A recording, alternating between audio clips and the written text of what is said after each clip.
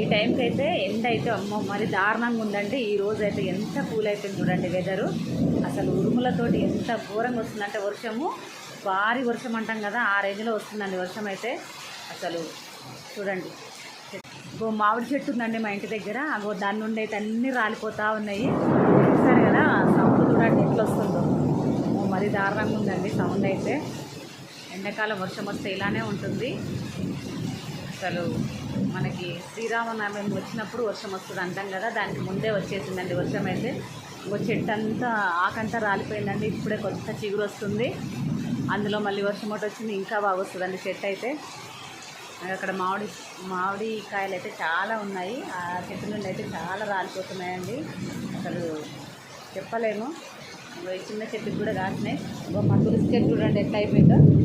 అసలు ఆ గిద్దత వర్షానికే ఇలా మొత్తం అటు ఇటు అయిపోయింది. ఆ గాలికి ఉరుములతోటి దారుణంగా వస్తుందండి వర్షం అయితే. ఎండాకాలంలో ఇలా వర్షం రావడం, ఇంత చల్లగా అనిపించడం చాలా అసలు చెప్పలేము. అంత బాగా అనిపిస్తుంది వెదర్ అయితే. అసలు నిన్నటి వరకు మంటలు ఉంటుండండి, అంత మంట పోయి ఈరోజైతే చల్లగా అయిపోయింది వెదరు. బయటకు వెళ్ళాలంటే భయం అయ్యేది మనకి. ఏప్రిల్ వచ్చిందంటేనే ఎండలు కదండి. ఫస్ట్ ఏప్రిల్ స్టార్టింగ్లోనే మనకి ఇలా వర్షాలు రావడం అయితే సూపర్ అనిపిస్తుంది. Okay, bye.